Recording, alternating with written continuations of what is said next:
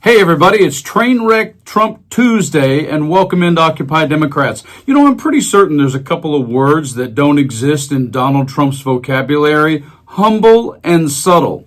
And while there's a long list of reasons that I personally believe Donald Trump, based on his actions, should have long since been kicked out of public life, I still feel really strongly in this breaking story that humble and subtle are going to wind up being one of the two words that bring him down, because his ego is so massive, it causes him to actually not see the forest for the trees until he literally runs into one. And I'm going to show that story to you in just a few seconds, but take a quick listen at this sound because it is such a good parody of exactly what this story is about right here. Good afternoon. After very strongly renaming the Gulf of Mexico as Gulf of America, we will be making further changes effective immediately. Europe will now be known as America Plaza East. The Panama Canal will be known as Trump America Canal of Trump. And of course, we can't leave out the fact that when he attended the Washington Commanders football game this past Sunday, this was the reaction. And then there's more of this. And of course, turkey will now be known as chicken. Why are you renaming turkey in particular? Why are we doing it? Because we can. What are they going to do about it? The reality is Donald Trump shut down so many things that Joe Biden was doing just out of sheer ego, spite, and pettiness. And yet, what Donald Trump likes doing is what you see right here. Going around and sticking his name on infrastructure projects that were actually passed, created, and done by Joe Biden. That is so Donald Trump, which explains so much of this. What is behind this policy of changing everyone's name? And lest we forget, this was still the response in this breaking story of how the D.C. fans of a football team feel about Donald Trump.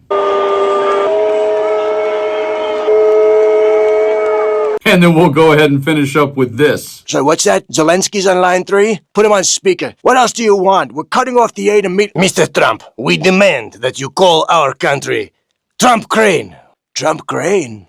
Boy, I always thought of it more of a me crane than a Ukraine, but because America will no longer allow people to tell us what to call them. It's like the pronouns. It's over. So in this breaking story, do you think any of that matters to Donald Trump? No. He is so arrogant, he is so in his own bubble that he actually believes that the Washington, D.C. folks would in some way want a stadium named after him. And you know, when a guy is trying to do what he's doing with a ballroom and get his name on a football stadium, he isn't planning on leaving town. Check out this breaking story from a conservative who just kicked Trump right in the giblets. This.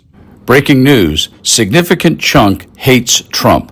Conservative begs for scrapping of massive ego project.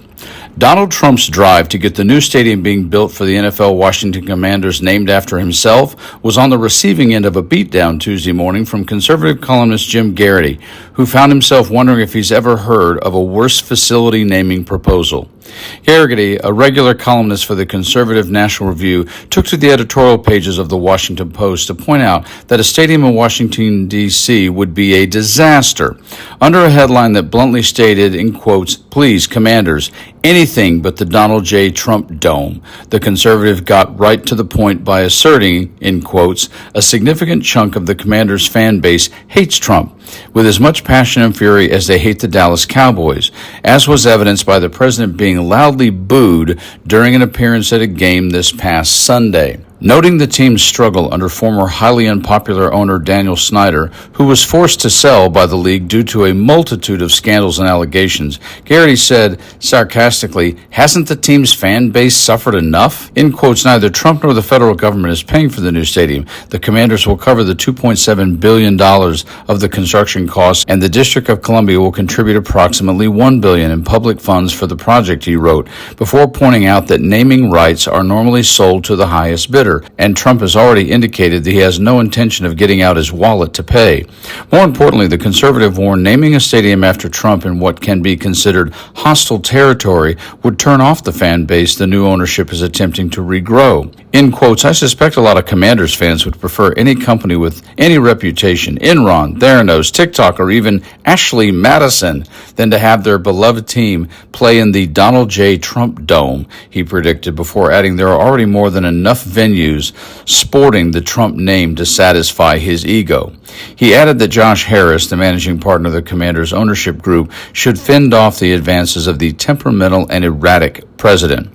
In quotes, naming a football stadium after Trump in the district where he won 6.47% of the vote in 2024 would be the most incongruous and ironic choice since Republicans honored Ronald Reagan by naming a federal office building and an airport after the man who fired air traffic controllers for violating their contract by going on strike, he suggested.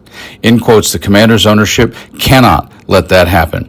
Please let there be one person named Harris who can deny Trump what he wants. Now, the irony of all ironies is I'm actually a Dallas Cowboys fan, but that's from childhood, so unfortunately we have the worst owner in the NFL. But this is just a good example of the fact that Donald Trump really is that dog that just has to run around and mark everything, regardless of whether it's his or not, or remotely something he should be doing. And to me, that lack of humility, that lack of subtlety, this constant demand for attention, spotlight, and relevance is going to be what brings him down. Because when you don't realize that a city you're in where you want to put your name on a building, only 6.5% of the people even like you, you truly are wearing too dark of sunglasses to see the actual light of day of how you're really viewed. You guys like and share the video, subscribe to the channel, and stay frosty.